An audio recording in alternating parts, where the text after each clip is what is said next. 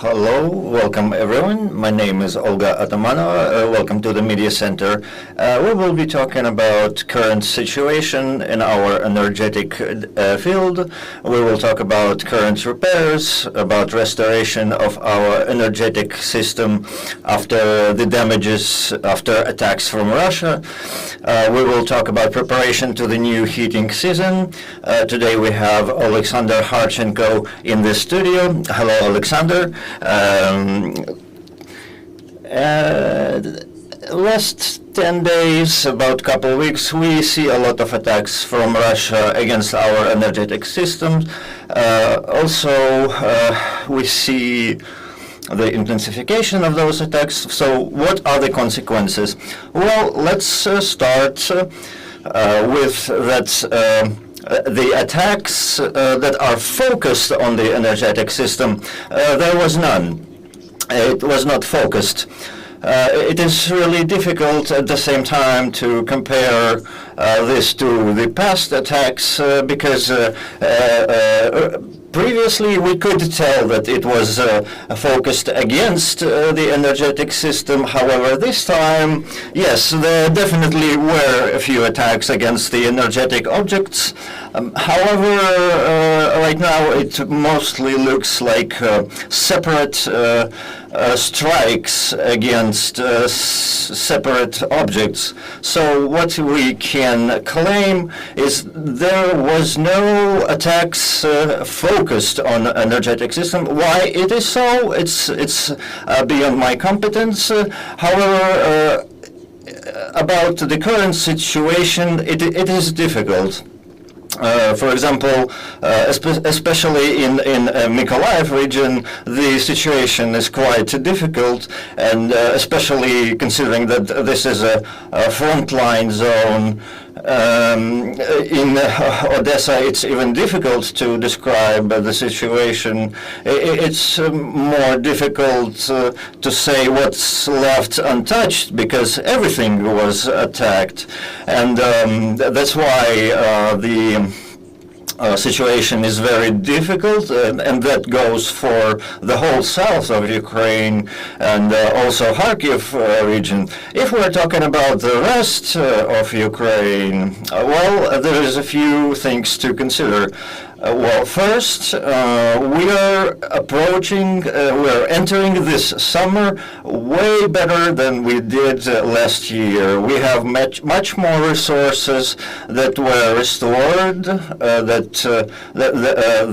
the approach to the repairs is much better now. That experience that we had last year is that negative experience is serving a good service to us now, and now, as opposed to the last year, we are entering the summer, the hot summer, in a way better shape, especially considering that the new power. The deliverance systems are being built right now, and when we are talking about the power sources that are targeted, that are aimed for the common population, for small and middle businesses. This portion of energetic system is supported, and the whole system is in such a shape that it's influencing, it's affecting the general situation in the energetic sector. And what has to be also mentioned is that the solar power is being developed, and we prepared well for the heat, for the for a lot of sun this summer, for the hottest months we're ready. And I do not see any kind of limitations this year, at least if no attacks will be aimed against the energetic field anymore. I don't see any kind of limitations for the common population. I don't see ones for the business. It is really impossible to predict this situation for sure, like for 100% sure, because a lot of information is classified, and we have to use open source intelligence. You said about the new power object, new energy objects. What can we say about this process? Is it at the rate that we were hoping for? Because we were talking about this last year, and those sources were expected. Well, if we're talking about the heating season and our president's statement about the 1 gigawatt in 1 year, then yes, we are quite covered in this sense, and I'm saying about those sources that are already working, so 650 megawatts all around Ukraine. There is also a few projects that are in a preliminary stage, but are actively deployed. If we're talking about ideally, if we're talking about ideal situation, so we already have 50% covered of what has been planned so far.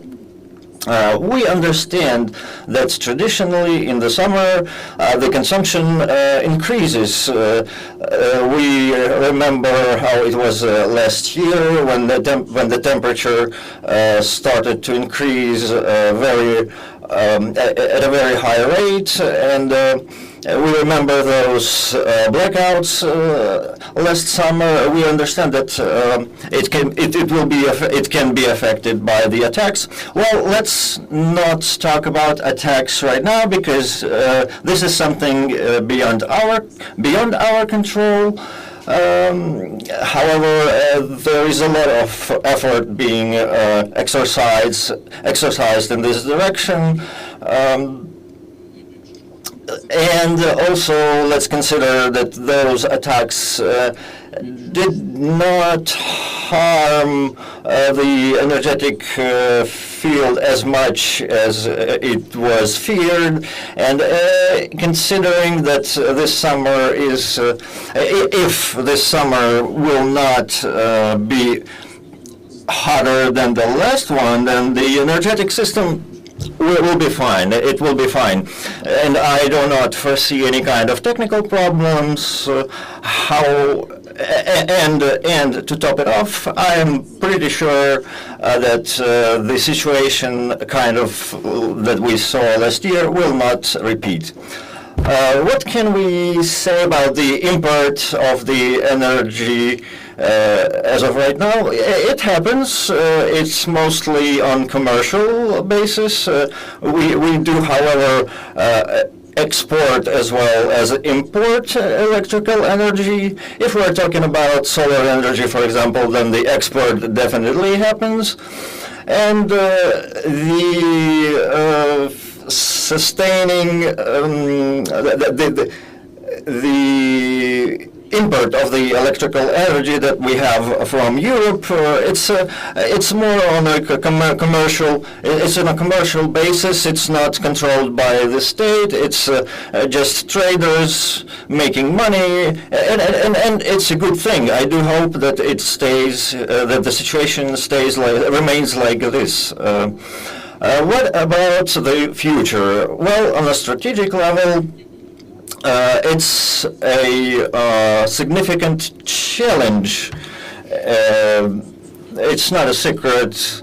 It's not that last year a lot of gas was burnt to generate electrical energy, and in the situation where we have a lowest amount of reserves of natural gas in our storages, and we will have to import about 40% of what we really hope to accumulate, and then and we don't have money for that, to be honest with you, and the discussions are being held with the president on highest levels. However, discussions is good, but they don't resolve this problem, and I don't see concrete steps from the side of our government in this direction. And the responsibility in this domain lies solely on the Naftogaz company. If you remember, the Naftogaz is a monopolist, is our monopolist trader of an energetic trader. And we don't have any smaller operators on the market. In critical situations, there will be no actors that would be capable of importing or supporting our energetic system. If you remember, in the beginning of on the full-scale invasion, a lot of help came from smaller traders, and we didn't really have any kind of problems with the gas for the cars. However, this situation that we are observing is quite disturbing, as I don't see any concrete steps towards resolving this situation. We are requesting finances from our Western partners, but logically they answer like this is completely on you, and they're right about that, because we didn't do necessary steps. There is no plan of we don't see any kind of concrete results of a plan that's in place. What about the capabilities of our country to restore the sources that we had before? Well, you see, this crisis took shape not recently, and the attacks themselves are not the core reason of this current crisis that is looming, that is taking shape. So the problem. Actually, the problem stems from 20 years ago. When we were entering the war, we had full storages of gas. And Mr. Chernyshov, who was the head of Naftogaz at the time, and I saw his statements that happened quite frequently, that we don't need to buy any more gas. And however, after that, I haven't seen any steps toward supporting our energetic system for the future. And then suddenly Mr. Chernyshov is fired, is retired last year, and turns out that we don't have enough productions of our own production capabilities to cover the consumption of the energy. But the main factor in this situation is that the reserves were consumed, but were not added to compensate for the consumption. and the differences in consumption and accumulation was not that big if we are looking at the yearly reports. However, when the unexpected attacks started in 2023 and 2024, we started to understand that we are getting out of natural gas. And in 2025, this problem took complete shape, and we understood that technically, if we are if we are consuming all the natural gas that we had in our storages, there will be no technical possibility to quickly replenish those reserves. Right now, and as a result, right now the government has to resolve this problem that we're facing, and as of right now, it's difficult to resolve. So do you see a decision, a solution for this? Well, I do, but it will be unpleasant because the prices at which we will have to import the gas will be high because we will need a lot of volume. So as a means to facilitate, to soften the blow, we have to systemically approach this crisis. We did the calculations, we did finance reports, we did, it was including the situation around the military that will need to be covered financially. However, the dotation for the energetic sector will be only 14 billion hryvnias, which is good with government, so to speak. However, on the other hand, the additional natural gas does not appear, just out of thin air. Like, for example, if we take Moldova, they had a similar situation. They appealed to the European Union with this problem, and European Union European Union has provided some finances to resolve this situation, to help Moldova. And the help was addressed. It was aimed specifically for population, and the catastrophe was avoided. So this is one way of resolving the situation. However, this demands decisive steps from the government that we will need to. There is a lot of technical difficulties, and I will cover them quickly. There will have to be a vote in our parliament, and if this does not happen, and we don't have enough money to buy enough gas, even in this situation, there is a solution, and like as a drastic means to resolve the situation, we could, lower the temperature of our heating system. And as a result, in winter or in autumn, in cold season, during the cold season, we will have 18 degrees Celsius.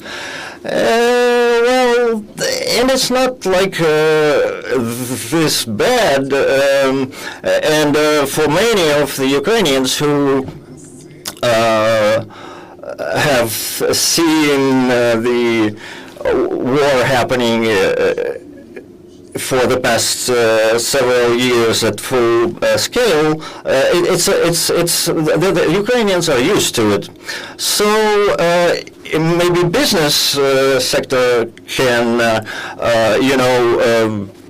add to contribute to the solution of the situation. Yes, the business will take part in this solutions of this crisis.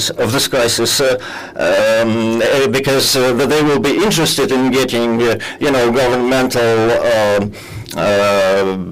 aid in terms of getting engaged in helping sustain the energy field. So it's not like there is a shortage of gas in the world. There is a lot of traders that are ready to sell the gas. The main question is that there is not enough money to buy this gas. We were talking about the different softening measures that would help us take the blow. Did we actually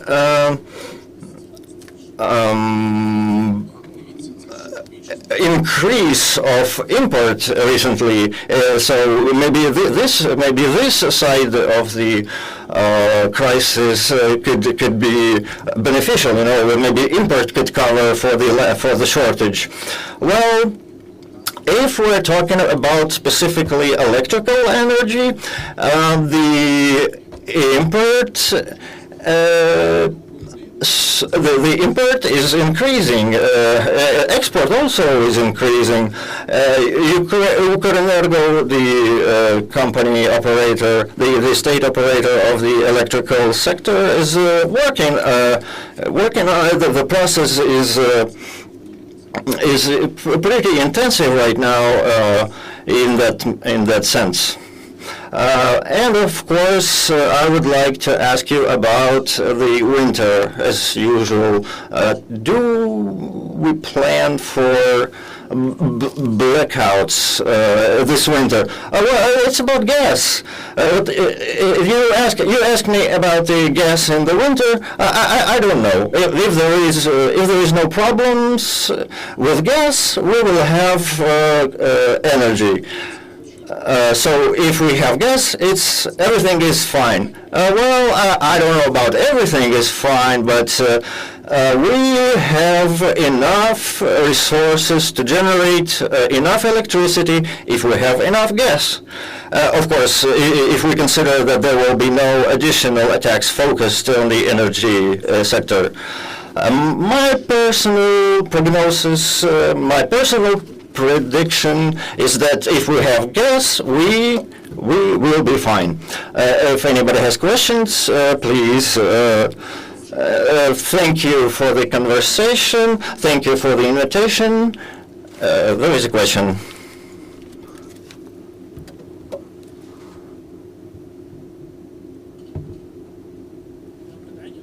Hello, my name is Oleksandr. I'm from college Kharchenko. About the solar power stations, is it real to build enough solar power stations to cover for the shortage? Well, the story goes like that. We have enough solar power plants right now. However, this generation is called stochastic. It means that the electricity is generated only when there is sun. But if we take the sun, the the period of the sun and the daylight and the night. In December, for example, the solar power stations will not help us in any way. So what that means, we have situation. If you remember, there was a few blackouts because after the blackout, you have to wait until enough electrical energy generation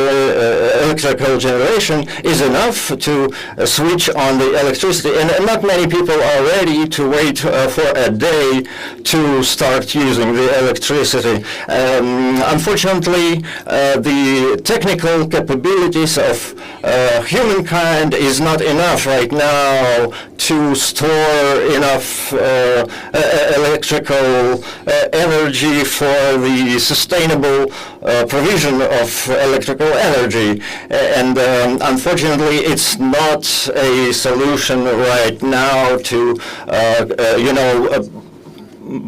build many electrical power plants. So there are other means to resolve this situation. Thank you for this discussion. And today at 12 we will be talking about the recent attacks with the emergency services representatives. Thank you, everybody. Glory to Ukraine. Glory to heroes.